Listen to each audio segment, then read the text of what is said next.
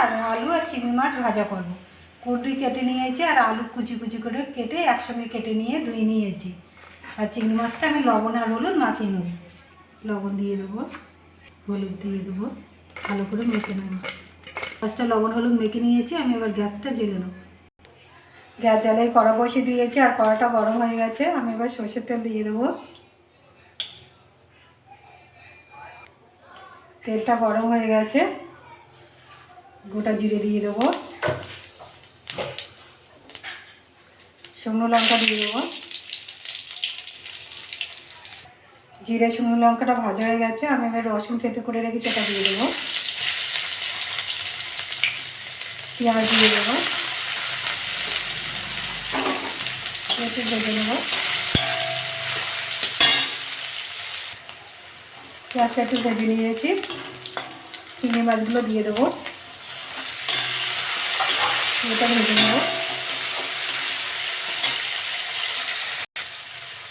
চিংড়ি মাছটা দিয়ে একটু ভেজে নিয়েছি, আমি এবার আলু আরটা দিয়ে দেবো, সবজি সবটা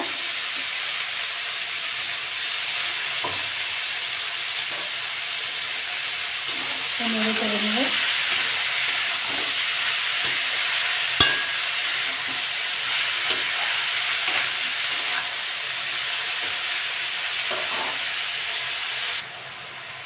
নেড়ে চেড়ে একটু ভেজে নিয়েছি,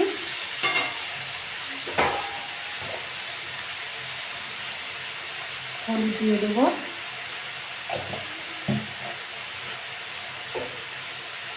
তার মতো লবণ,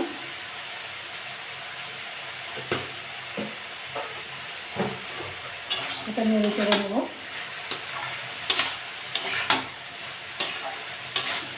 নেড়ে চেড়ে ভালো করে ভেজে নেবো।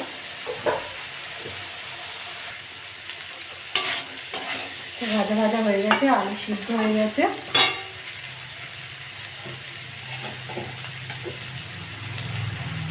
সামনে একটু চিনি দিয়ে দেবো,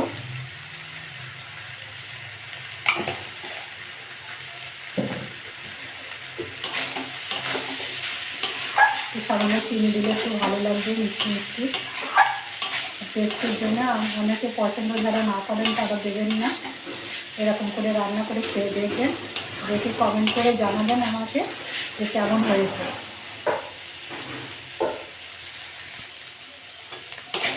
ভাজাটা আমার হয়ে গেছে, আমি এবার নামিয়ে দেবো।